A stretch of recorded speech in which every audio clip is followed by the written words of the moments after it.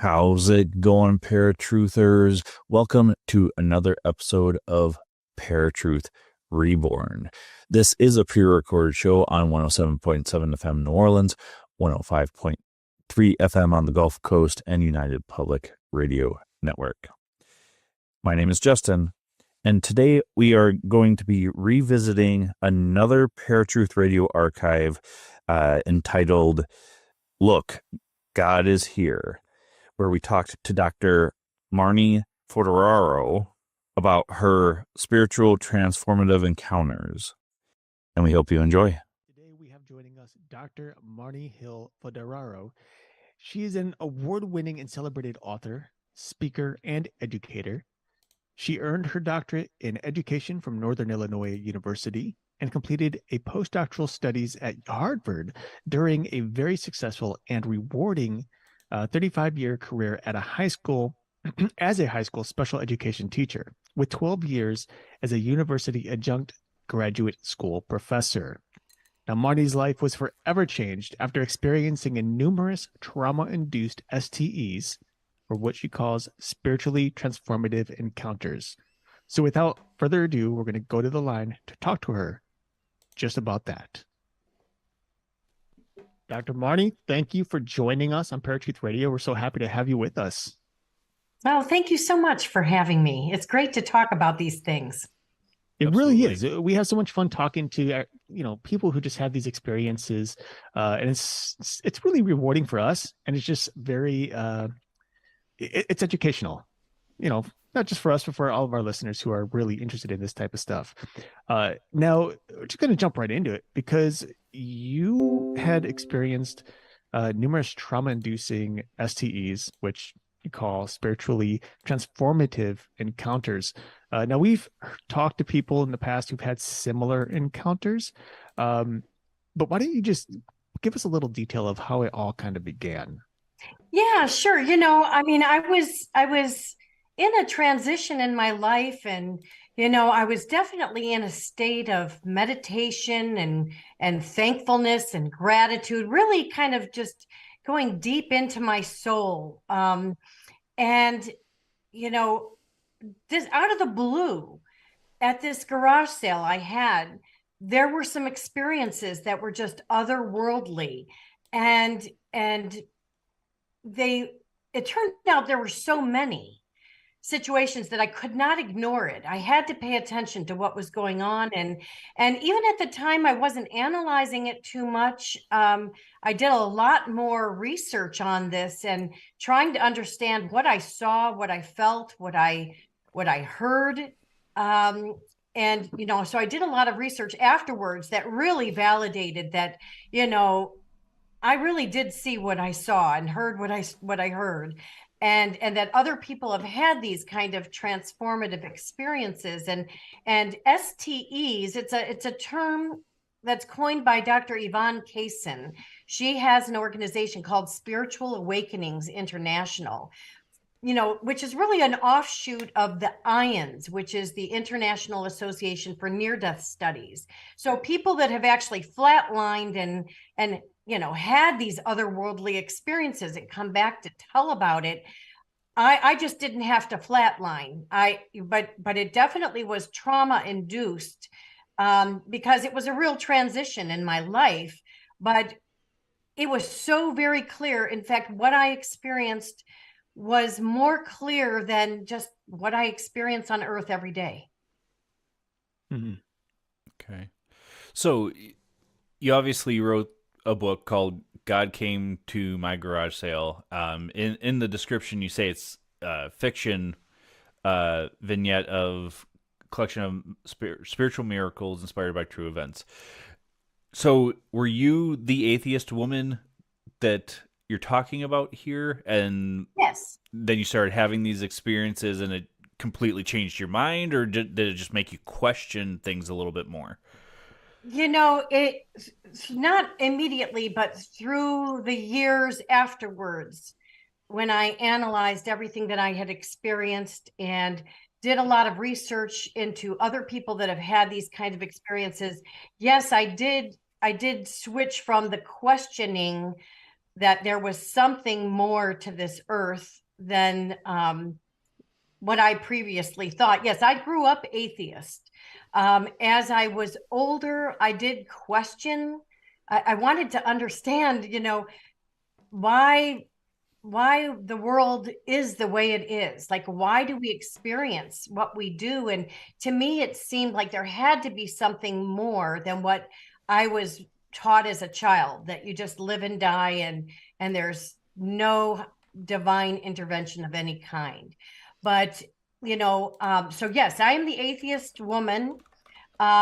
Even though it's not autobiographical and it is a fiction, it really is inspired by, my book was inspired by true experiences. So I took the experiences I had and I wrote it really in many ways, just kind of what I experienced. It's almost like words can't even describe fully what you have seen, what you have gone through. And so I did make it a fiction. But even though it is based on a lot of true encounters, and actually they all didn't happen at a weekend garage sale, even though in the book they do. That's part of the fiction part where I could kind of tie it all into, one event. I realized that prior to the garage sale, I had some experiences. I looked back earlier in my life and could, some things made more sense to me now. And then I certainly have had a number of experiences afterwards, because now I'm more in tune to it. I'm paying attention to the signs and synchronicities that I see. Okay. So I was actually the opposite. I was brought up in organized religion. I ended up becoming atheist or agnostic at one point in my life because I was going through a lot of different things and started really questioning, if there is a God, like how can we be suffering the way that we are? Right. And then it actually ended up coming back to religion, but I don't believe in organized religion anymore. Me either. So I do not attend church. I did, though, at one point, and I did see the value in that, and it introduced me to the Bible, and I got to learn about it. I love the community aspect of it, but I am not a fan of organized religion with all the hypocrisy and all the divide, and right. And that doesn't seem to be what God is all about. And so I consider myself as well very spiritual, a believer, but not needing to partake in man's organized religion. Okay. Right, exactly. And that, I think we're all in the same boat there, because I became a born again Christian in 2009, and I spent years at the church. Had made plenty of good friends there. And just kind of eventually drifted away after I moved to Virginia, and kind of drifted away after experiencing some downsides to the church. Yes. And then I started thinking about it. It's like, why, at least in the Christian church, why are there so many denominations? And why is it split like that? There should be one. And I started, thinking, and I've read cover to cover of the Holy Bible, and I started realizing there's really just, 3 or 4 base truths, the foundation that every single one of those denominations, for the most part, believe. And I started telling people when they ask, it's like, oh, I'm just a spiritual Christian, or at least I'm spiritually aware with the Christian foundation. Right. And they don't quite understand what that means. And it's hard to explain because people in organized religion, they tend to be hard-headed sometimes. They were taught a certain way, and they're kind of stuck in their ways, which is totally fine. As long as they believe those basic truths. But what I want to ask, since you were atheist, I'd imagine maybe you didn't. I don't know. Did you have a lot of base a lot of your facts on science? And if so, how was that transition then when you're thinking about, oh, there is something more out there? How was that battle within? I am someone that needs proof, and I'm a lifelong learner as an educator, and, gone on to, I'm always seeking out learning experiences. But I would say some of the people that wrote books and went on to talk about their spiritual experiences, many of the ones that were very convincing for me did have a scientific background to them.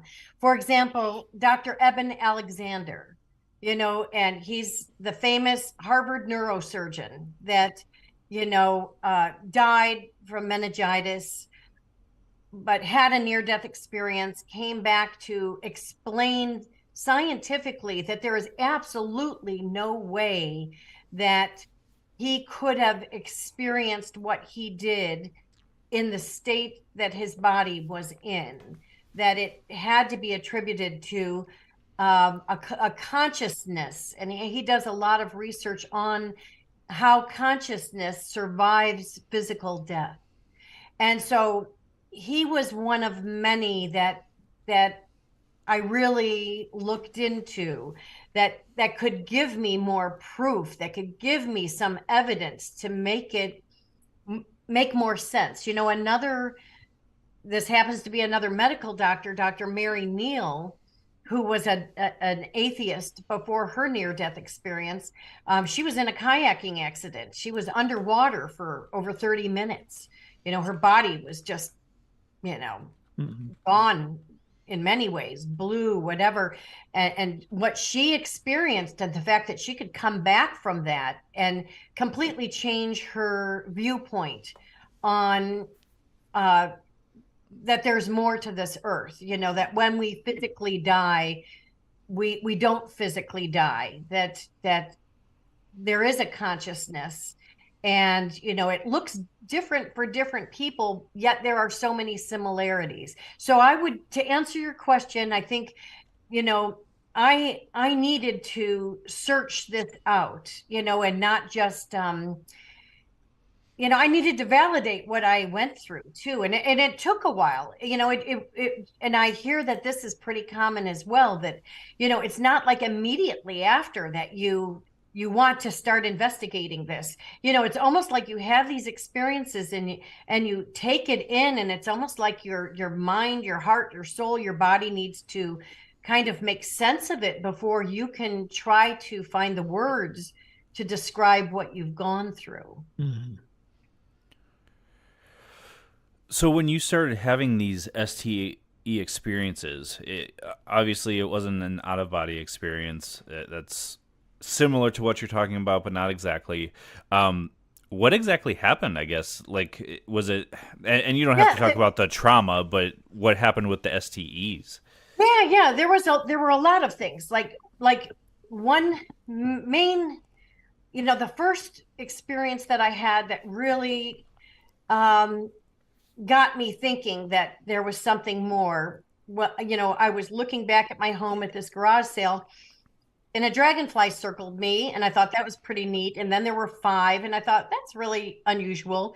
But within minutes, there were 50 to almost 100 dragonflies circling me. Wow. Now, normally, as my earthly person, I would totally freak out at that, because I'm not into bugs or insects of any kind, and to be surrounded by them, that would not be comfortable for me.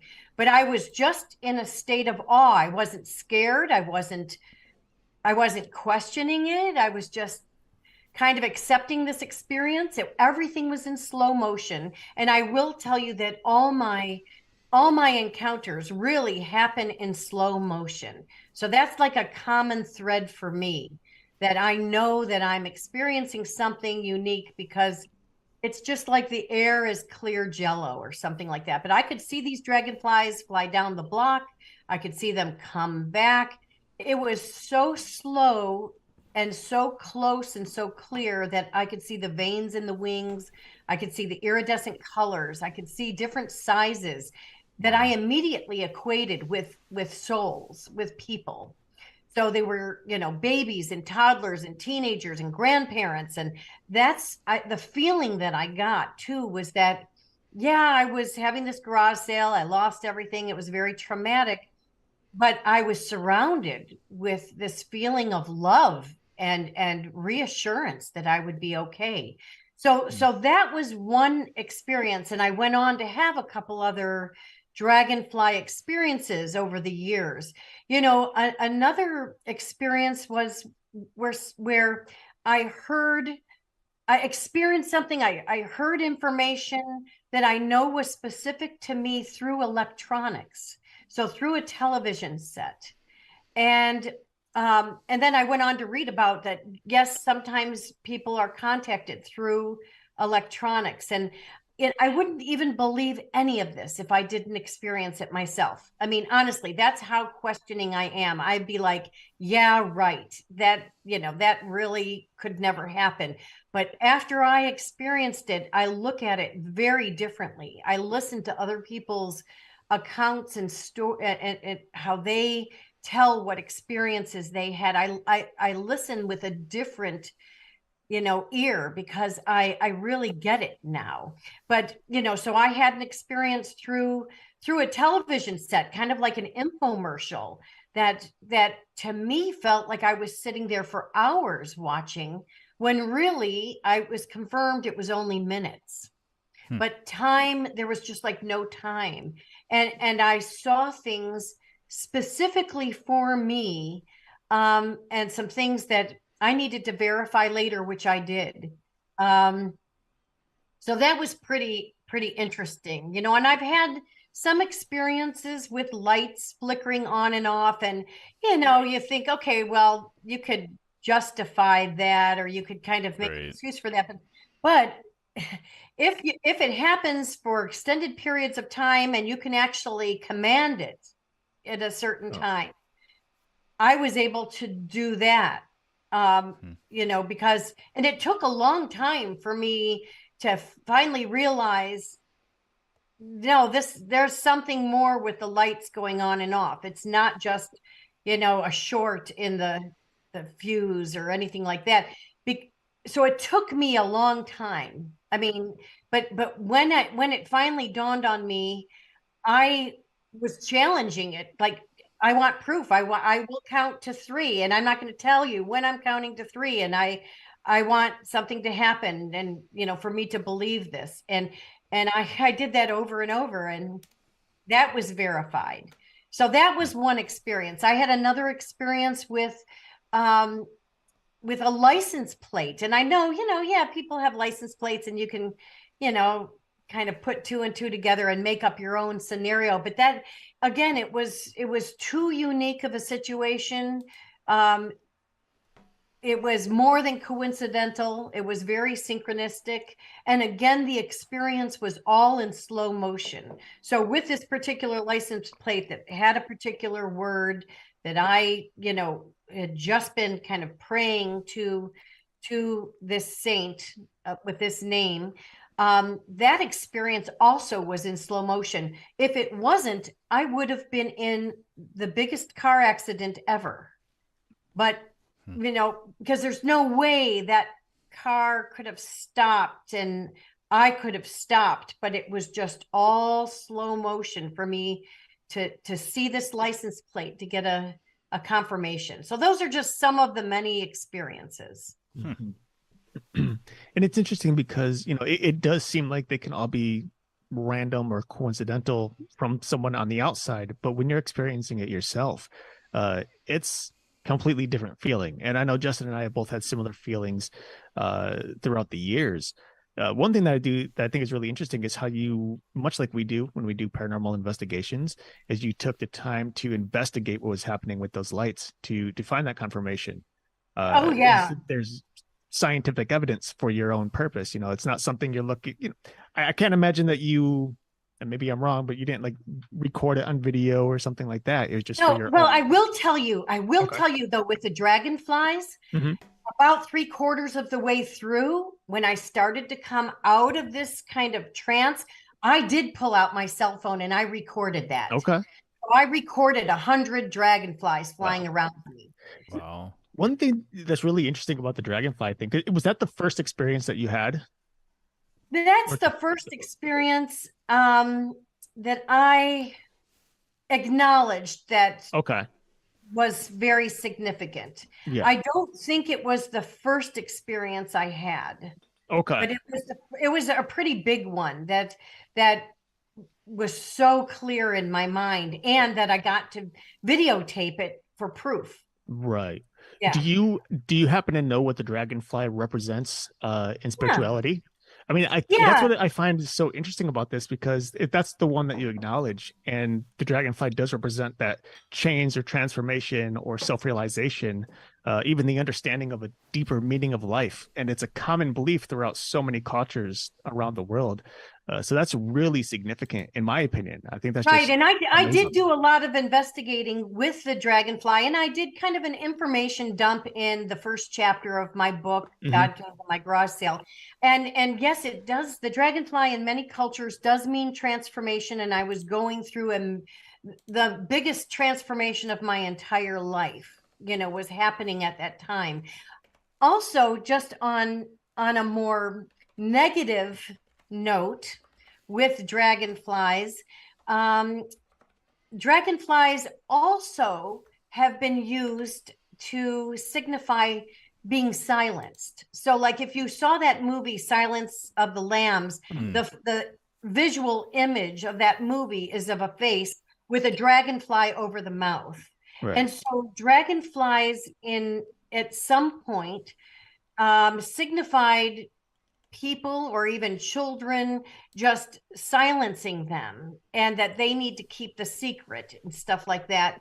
And I was leaving a relationship after 27 years where I found out so many secrets that were kept.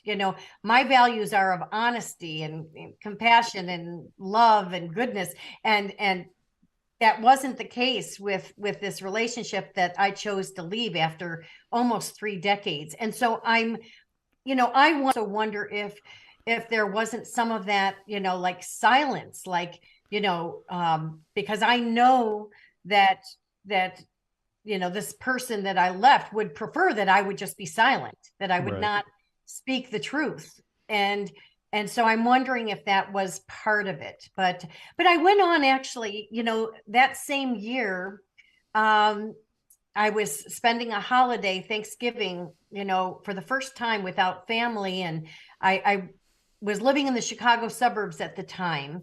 And I wanted to go snow skiing, and there were no runs out west really open at that time. And so I just did a road trip to Minnesota, and, just was having a whole new experience for a holiday. And I came across the Dancing Dragonfly Winery. And then I looked up, and talked to the people there of how did they come up with this name? What is this all about? And that person had pretty much the same experience I had, with slow motion in a transition time. Things could have been traumatic and negative, but they weren't. And the dragonflies came as kind of a support. Wow, that's pretty incredible. Yeah. So the one thing that you were talking about, it was your values. And I think what you described is what a lot of people believe God's values or his intentions are for humanity. So maybe that was his way of saying, now it's time for you to live with my values, my right.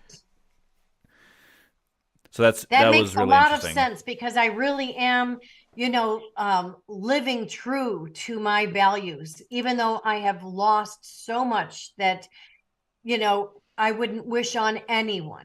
The losses, it's just unfathomable. But at the same time, I'm filled with love, and I'm filled with gratitude and happiness. And I'm in a much better situation in so many ways now than I was living that life where I was staying true to my values, but I wasn't surrounding myself with people who resonated with those same values. So now I'm more discerning about who I let in my life, who I keep in my life, because of my values, and honesty and love being, the biggest values. Mm-hmm. Yeah, and it's scripturally speaking, it's God sometimes allows us to hit rock bottom so that we have nothing left but to look toward him for guidance. And it almost seems like that's kind of what happened here for you. I think of And I don't, it's different, I'm sure, but I think of like the story of Job, for example, where everything was stripped from him, and in the end, he still chose God, and then everything was gifted back to him in a multitude more Right. ways. Yeah. And that looks different for everybody. Sometimes it's material, sometimes it's spiritual, sometimes it's emotional. But it seems like, you're going through something good and continuing that journey. So that's Most wonderful. definitely. I am living such a beautiful life. And I'm filled with so much happiness and so much peace. And I've been able to kind of compartmentalize the losses and realize that some are just material and that's not significant. And some of the other losses that involve relationships, I've come to understand that I need to stay true to my values. And if someone is dishonest, someone betrays you, someone, does bad things, it's just not, I don't want anything to do with that. So as hard as it was to step away from some situations and people, in the big picture, it's really for the best. Mm-hmm. Absolutely. So here's a question for you, and it's something that I don't necessarily believe, but I can hear skeptics already saying, how can you differentiate, or how is it not just coincidence, these things that are happening to you? How can you differentiate between coincidence and messages or communication from the other side or higher power or stuff like that? Like, what is your explanation for that? That is a wonderful question. And that is what I have been asking since I started having experiences. Like, really, did this happen? Did I manifest it? Am I reading more into this than I should? I would say really analyzing the situations and just getting the proof that I need. For example, okay, so like hearing songs on the radio that are significant. Okay, but I was listening to, like, one time I was in the car and I was thinking of my late mother, and I was listening to a radio program that did not have music as part of the radio program. And the minute I thought about my mom, her favorite song came on. Like, I know her music. And I thought, well, this is really weird because this is like a news show, that doesn't have music. So I didn't think too much of it at first. But then afterwards, after that song was there, it was almost like the radio show was still going on with just the talk. And so then it's another time where I'm kind of trying to manifest, or I'm testing the situation. And I said, well, that was really weird. Wouldn't it be weird if this particular song came on? And sure enough, that song came on. That song, like not just one of the songs she likes, that one that I said I was kind of like testing the situation. I stayed in my car in a parking lot for about a half an hour doing this with a number of songs. And finally I needed to go to an appointment, but that's another example of, it was just, it wasn't coincidental. And then I went on another day to listen to that same radio station just to see if they would play music at all. And they didn't. And I listened to it again. And then I actually went so far as to call up the radio station to, say, do you ever play music? And they say, no, it's just talk. It's just talk radio. Okay. So I needed more proof, that, but it just seemed it wasn't coincidental. So that's an example. Another example of this, where I don't think it's coincidental, I would find pennies. And, you hear pennies from heaven. You hear that, people find a penny on the ground, it's lucky. And but I would find pennies with one of my children's birth year all the time. I would look at that penny very closely. Sometimes I'd have to use a magnifying because my eyes, I'm getting older. But it seemed that for the longest time, anytime I found a penny, it was that year. It wasn't just finding a penny and having it be kind of just as I was thinking of this child, but it would be, I would pick it up and I would really look at it to investigate it because they all had the same date. And these are pennies picked up from various states, you know, all over different times. Wow.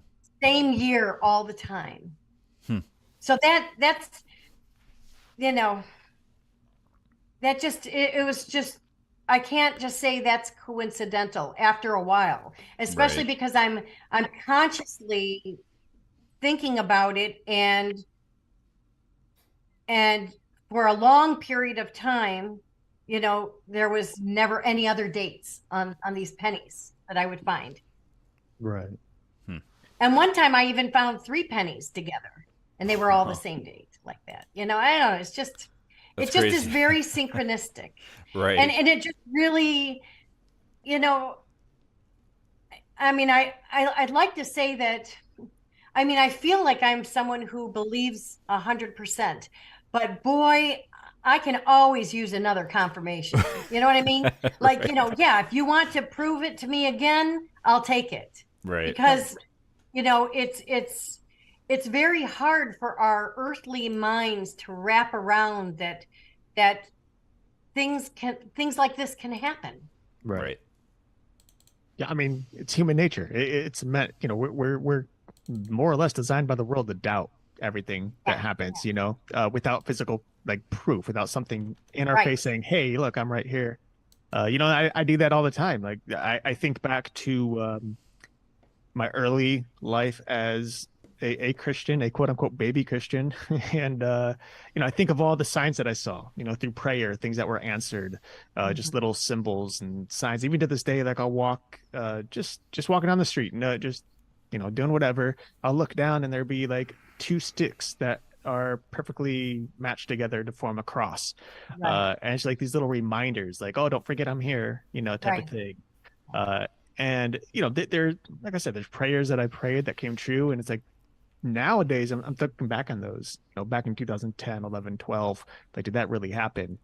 And the fact is it did, but it's just so hard to fathom. And, you know, you think, oh, was it just my mind? Was it all in my head?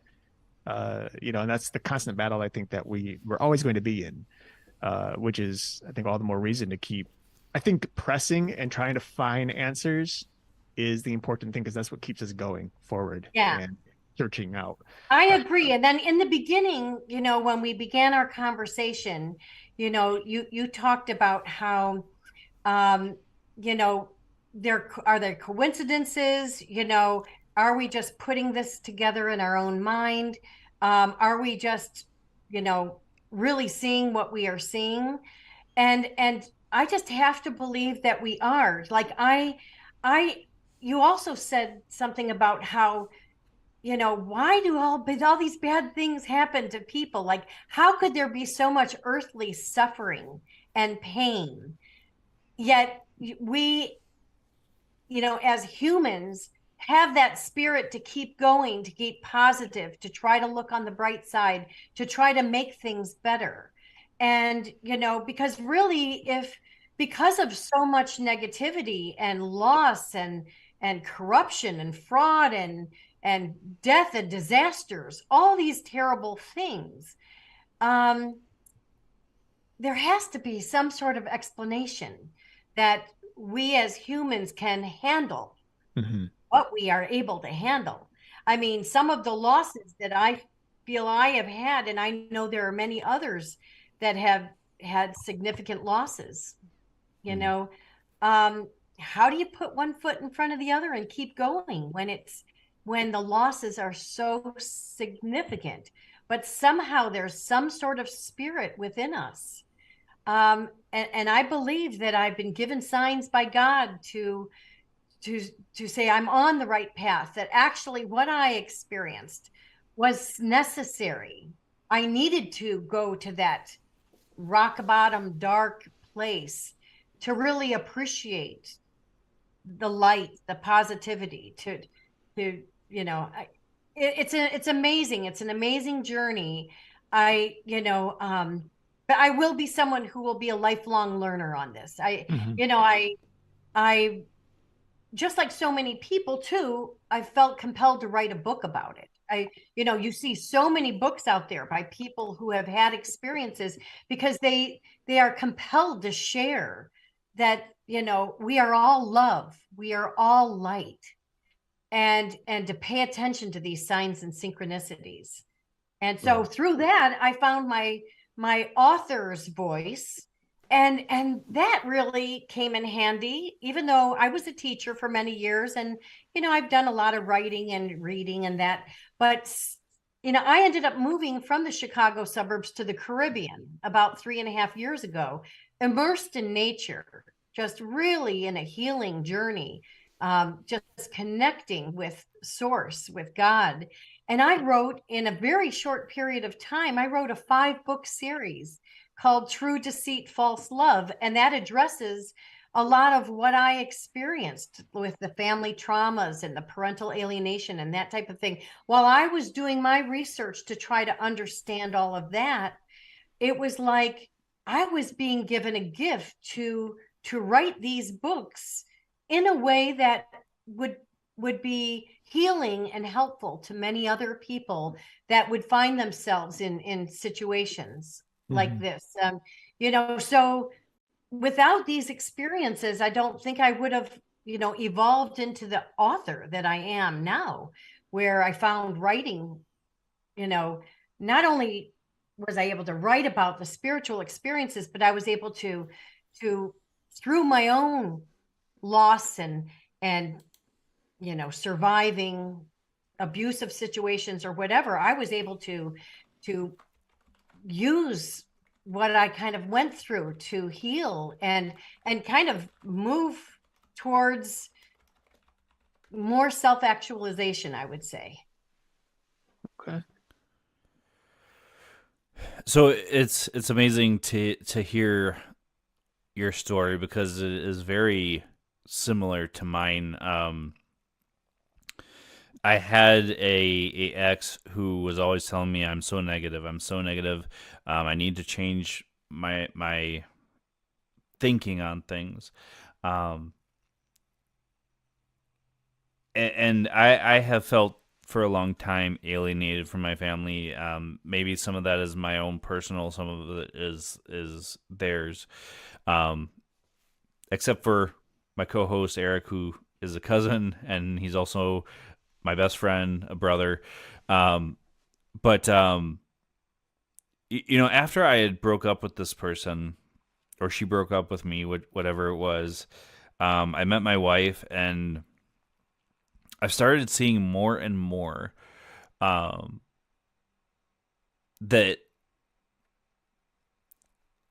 the phrase that I always use is, it is what it is. And I'm horrible because I watch TikTok and I'm addicted to TikTok, but several videos I've seen recently is, the most dangerous person you can come across is somebody that uses the phrase, it is what it is, because they're accepting everything as it is, and they're not going to let it affect their life.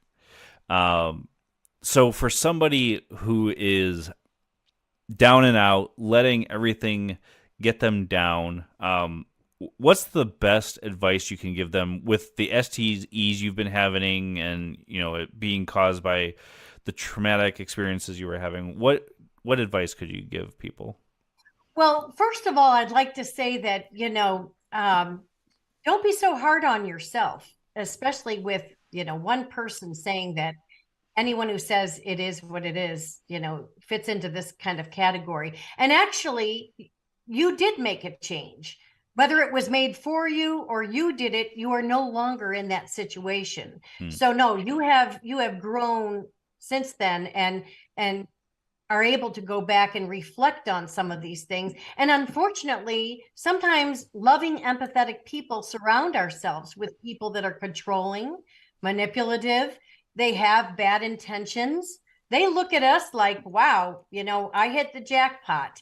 This person will put up with anything, and I'll suck them, suck the life out of them. I'll take their money. I'll take their children. I'll take their self-esteem. They do a lot of gaslighting to make you believe you're not as able or confident or capable as you really are. And so people can do a number on you, and families in some ways are the worst, whether it is a malevolent spouse or whether it is parents or extended family or siblings that, you feel like you're supposed to be in these relationships with them because that's what society says. But really, it might be the healthiest thing to move away from them. But as far as advice, what I would give to someone is follow your gut feeling. Pay attention to some signs that you would get that something just isn't right. If you're starting to question yourself or feel bad or you're walking on eggshells with people, you're just, your gut feeling is telling you something is just not right here. Pay attention to that. Pay attention, maybe even do some research. I'm a big one into researching and learning. Look into red flags and what are some red flags in relationships that, and isolation is one of them, so you've been gaslit, or people in this situation have been gaslit, which means they're smeared to other people. You kind of lose your support system of friends, family, and neighbors, even coworkers, because the malevolent people do whatever they can to put you down, directly or indirectly, to build themselves up. That's the only way they can validate, the shell of who they really are. And we're drawn to these people early on because they love bomb us. You have the same interests, you resonate on so many different levels. They like whatever you like. If you are someone who is spiritual, they are spiritual too, whether they are or not.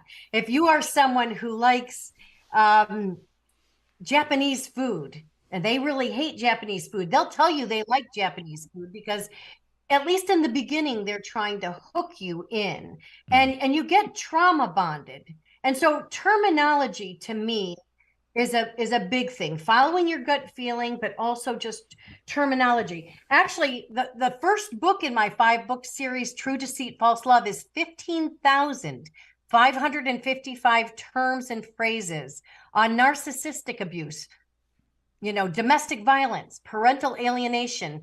And then you have to do the inner reflection work to see your role, what was your foundation and things. And so there's intergenerational family trauma. But I didn't set out to write a 5-book series. I was just researching to understand what I was going through and trying to understand, why do bad things happen to good people?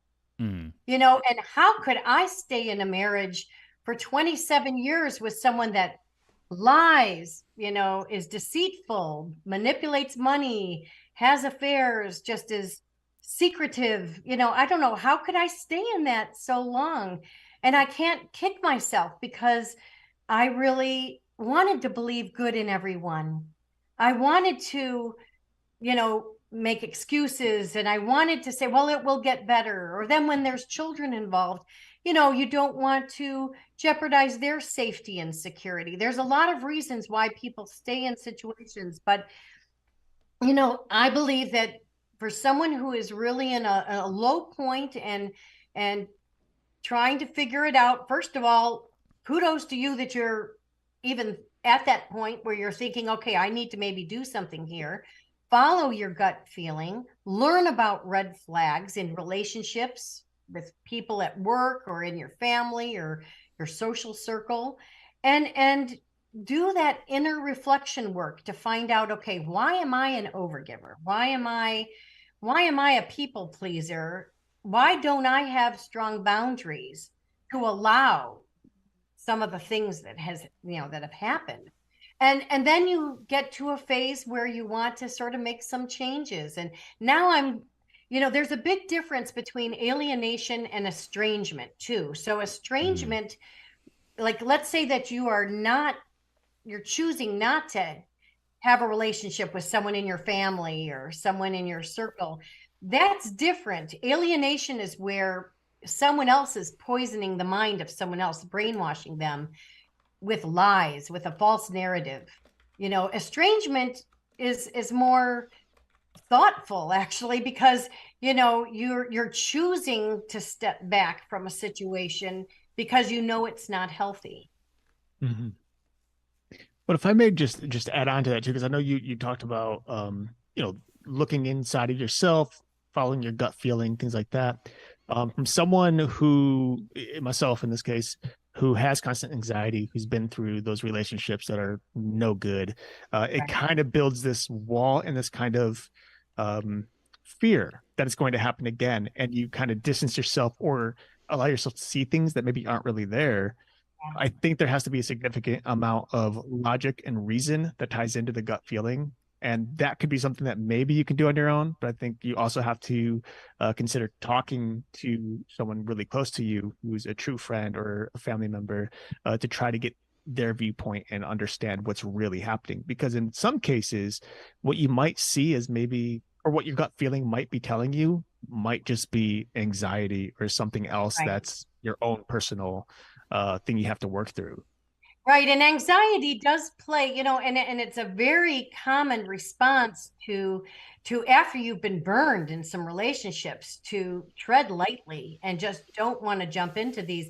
And that's not a bad thing. You're better off being alone than being in a relationship that is unhealthy, where your values aren't aligning and that type of thing.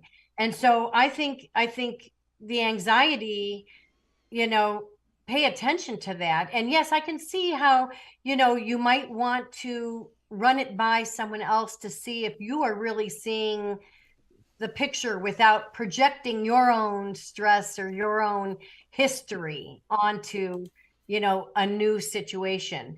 It's very hard to be open. Like I found love again, but I wasn't looking for it at all. And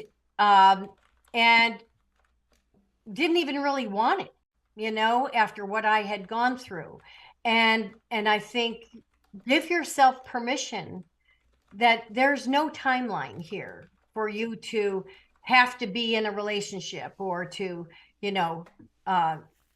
become more social or something.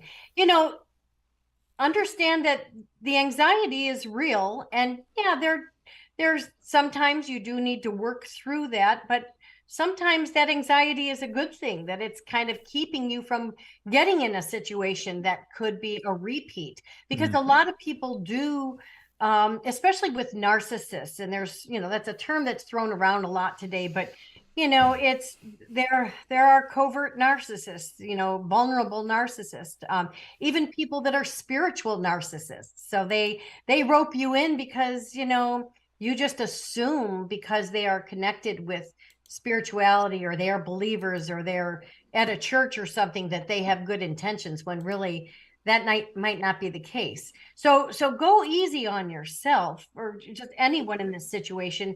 There's no hurry to get into any relationships, and it's okay to take time. And I would say really the best way to get through some of this is actually pursue the passions that you have. Start connecting more with yourself and what you like to do.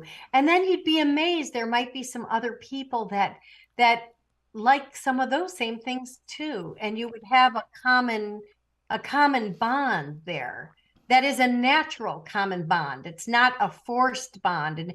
And I'm a big believer that actions and many times speak louder than words. So people can tell you all sorts of things. But people can lie. and even if you are seeking out support from someone, be careful that not to rely so much on others, and get back to relying a little bit more on just yourself. And there are many different ways to get validation or get suggestions, and see how other people have gone through it. There's so many books out there. There's many different podcasts out there. You don't want to, you've got to be careful too with friends, that you don't burden them with the same issues that you are going over and over and over and over in your head, and you need to go over and over and over, but that might be a lot for another person to take on. So find a balance there. But the anxiety, the way you described it, is negative, but I think in some ways anxiety can be good, because it's kind of like making you think twice about some things, and that's okay. There's no hurry. You don't have to answer to anyone.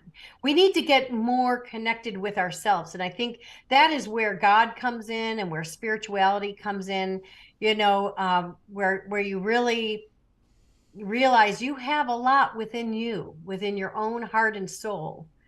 And then if you can throw some research into it and kind of take some time to investigate it, and take some time in quiet.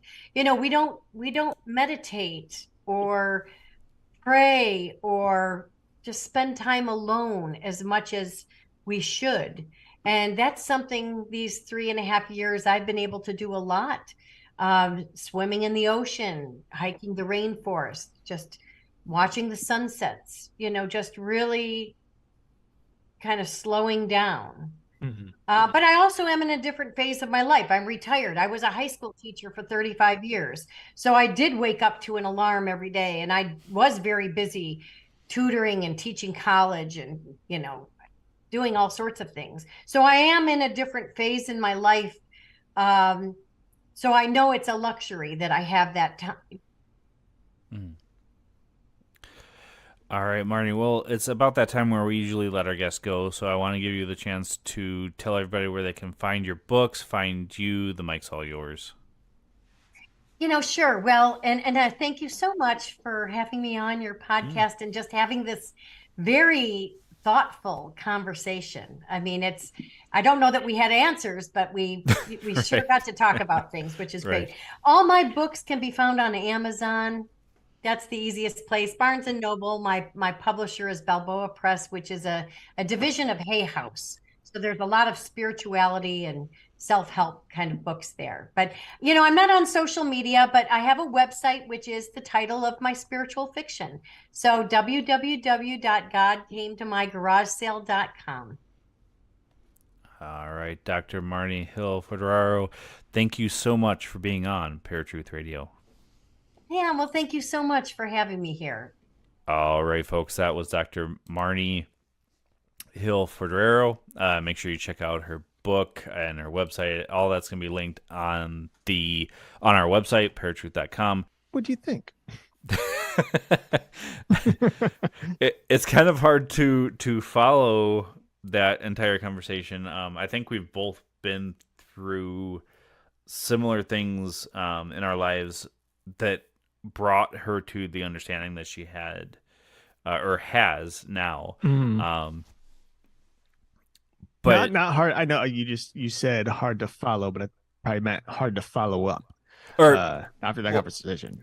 Well, yeah, to follow that entire interview, like to do the post show, it's hard to talk about. I mean, really, we could just cut it right here. She gave us a lot of food for thought. A lot of people want to believe that they're stuck in the situation that they're in. But it took her having these STE experiences, it sounds like, to really understand there's way more to the picture than what her original thinking was. And a lot of people do think that, and she is actually the first in a while that I had heard somebody say, you know, they were raised atheist. Not that there aren't those families out there that don't believe in organized religion or that there is an afterlife and stuff, but she's definitely the first guest I've talked to in a while that openly admitted she was brought up in a non-religious family or spiritual family, and did a complete 180, and now is a believer. Maybe not a firm believer, but she's a believer. Yeah, I mean, I use the word firm believer loosely because I've met people who are firm believers, but then you see when things get tough at times, and it's everyone goes through the hurt. But yeah, I think the hardest part about everything that was discussed, all the stuff that you and I have discussed over the last several months, probably several years, because it feels like an ongoing thing now. I, I think it's sometimes hard to follow certain advice when you're not seeing the other side yet, because the best we can do, like in this case, is see how somebody else's story is playing out, when we have these discussions. But your own story is in a particular place and you don't know what the end is yet. You don't know whether it's going to get better or worse. And for many people, I think they do see the negative side of it, which is difficult. Because like I said, the bad does speak louder than the good, which is unfortunate, but it's something that has been happening since the dawn of humanity, Right. And you see it in the textbooks, all the history books, not just religious texts, just all history books. There's just bad after bad after bad. I mean, look at the news networks, right? The whole reason I haven't, my father's been trying to get me to apply for work at the local news stations, because I have the degree in film. I refuse to, because I don't want to be part of that agenda, which constantly plays all the negative stories over and over. It's all about the murders and the rapes and the animal abuse and this and that. And I'm like, I don't want to be a part of that. Well, a friend of ours, Justin Fall, talked about how he had went to school specifically for being on radio and TV. And I think it was radio specifically. And he was told, okay, you can't say these things. You can't talk about these specific things. This is what you're going to be doing. And he walked away from all of that because he didn't believe that was the right thing to do. Well, and I have a friend, my friend Lewis, he works for the news and he doesn't enjoy it. Now he hasn't gone too deep into what it is, but I understand that it's a difficult situation. It's time consuming. It's, I don't know. I can't speak for everybody, but from what I gather, based on reviews that I've read, comments that people have made who've worked in the news networks, especially in the production side of stuff, it's just a very negative atmosphere, so I just know that's something that I don't want to do. And it's like trying to put that wall up against as much negativity as possible.